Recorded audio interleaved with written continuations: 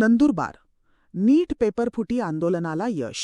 शिवसेना उबाठा पक्षाचे विद्यार्थ्यांसोबत आनंदोत्सव.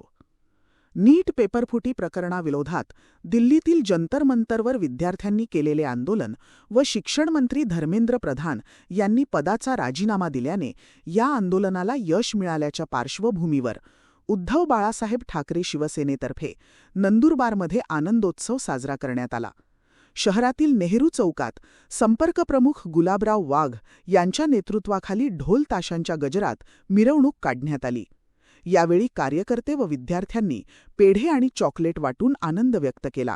तसेच पेपरफुटी विरोधी घोषणाबाजी केली.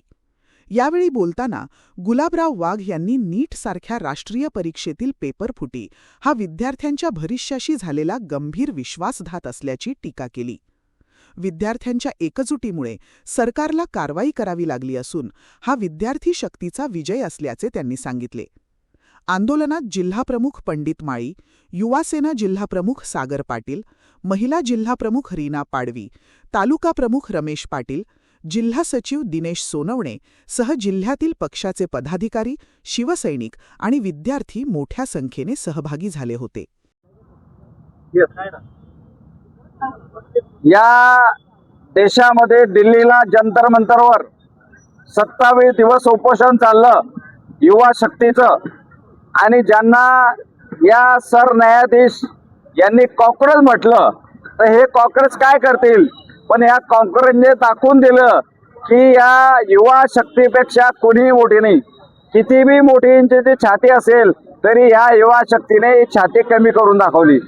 आणि मित्रांनो, या ठिकाणी हा राजीनामा घेतला म्हणजे या युवा शक्तीची एवढी ताकद होती की नरेंद्र मोदींना झुकवावं लागलं आणि धर्मेंद्र प्रधानचा राजीनामा घ्यावा लागला. परंतु याच्याने होणार नाही. विद्यार्थ्यांच्या या ज्या परीक्षा आहेत, नीट असेल, TAT असेल, NTA असेल, ज्या ज्या परीक्षा असतील त्या परीक्षा सदोष झाल्या पाहिजेत अशी या युवा शक्तीची मागणी होती. आणि ती मागणी काल राजीनामा मंजूर झाला, मागणी मंजूर झाला. आणि त्याच्याबद्दल या नंदुरबार जिल्ह्यामध्ये, नंदुरबार शहरामध्ये आज युवा शक्तीच्या सर्व विद्यार्थिनींनी आनंद उत्सव साजरा केला की आमच्या मागण्या मान्य झाल्या. आता या पुढे कशा पद्धतीनं रेटायच्या याच्यासाठी सुद्धा युवा शक्ती तयार आहे.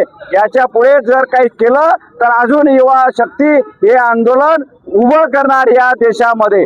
आणि तो विजय काल झालेला आहे. त्याचा आनंदोत्सव आज या युवा शक्तीने आणि सर्व पदाधिकाऱ्यांनी या ठिकाणी नंदुरबार शहरामध्ये साजरा केलेला आहे.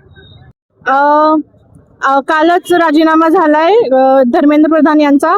तर हा आमचा खूप मोठा विजय आहे आणि आम्ही एक्सपेक्ट करतो की आता गव्हर्नमेंट स्ट्रक्चरल रिफॉर्म्स करणार. कारण फक्त राजीनाम्याने काही होत नाही. आमचं एक्सपेक्टेशन आहे की पूर्णतः पेपर लीक वगैरे हा प्रकार बंद व्हावा आणि आमच्या भविष्यासोबत त्यांनी अशा पद्धतीने खेळ करू नये.